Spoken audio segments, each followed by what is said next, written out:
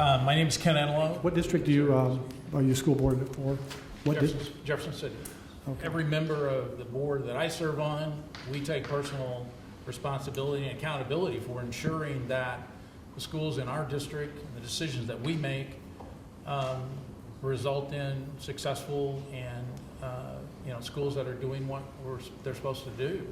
And so we, from our role of managing and evaluating the superintendent right on down to every classroom, we take very personally our responsibility for those schools being successful. We don't have failing schools in our district. So. If your school is doing as well as you are, would you be open to open enrollment so others who might not be as successful in their schools could come into your school district and get an education that meets up to your standards?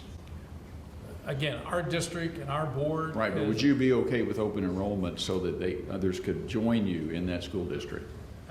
I would certainly entertain anything that would help the students and the kids that are trying to prepare for the future. I mean, that's our, Looking at, I'll just hold this up here because this is the Jefferson City Schools, and everywhere you see red is a failing.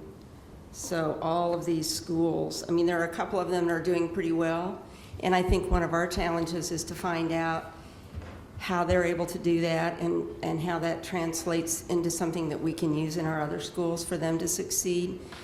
But there's truly a fair amount of failure, even in the school here. Correct. Did I hear you say that all of your schools in your school district were performing well? well, I don't know which measure you're talking about, but I believe we do have, we have some of our elementary schools that need to improve in terms of their Yeah, need to, for instance, East Elementary School, 20% proficient on English and 19% proficient on math. I don't know what year are those? And these are the most recent numbers, I believe.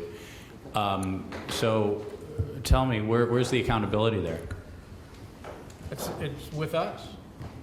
What are you doing about it? Pardon me? What are you doing about it other than coming here to testify against giving the parents in that school that, would you admit that that's a failing school? We are working, yes. Would you admit that's a failing school? In terms of that standard, yes. Yeah. And would you... That's one standard, I think, in terms of measurement. Well, what's your other standard? Are you saying that it's a great school? I'm saying the success and, again, the preparation of those kids for ongoing education. So Would you say kids going to an elementary school where only 20% are proficient in English and 19% in math are being well prepared to go forward in their education? at the time, no, that measurement was taken, no, that wouldn't be. Okay. And yet you would deny parents of children in that school any opportunity to escape that really bad school in this district that you serve? It's not a bad school. Oh, it's I a would- wonderful I would school. invite you to. Would you send your children there? Yes. Your absolutely. grandchildren there? You would send them to a school where 19% of the kids are proficient in math? Absolutely would. That's it, yeah. Oh, I'm sure you would. Thank you. I've been in that school, so I know firsthand. And so, okay, well, tell me something wonderful about that school. Because certainly they're not teaching kids English or math. Tell me something wonderful about that school. Well, I don't have enough time to. Okay. I would invite you to come with me any day of the week, and we go visit that school, and I would show you what's going on. Okay, sure. Thank you.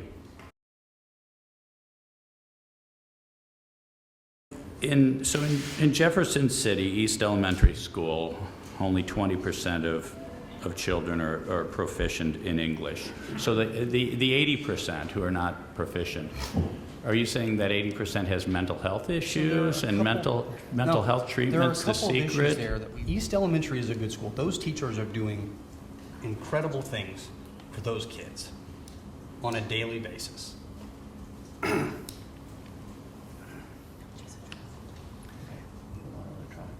Those students that come to that school come from incredibly difficult home lives and are by and large, very far behind what I think we would consider the average student. And so what they have to do from the moment that that kid comes into their school is get them ready to learn. Okay. So I'm not saying that parents can't make the right choice. It's multifold. It's a multi-layered conversation. But that yes, they can make mistakes and do. Have you ever Not made a purchase? intentionally, Have not- you ever made a purchase you were unhappy with? Yeah, I have. You probably didn't make the same purchase again, did you? No. Because you had a choice.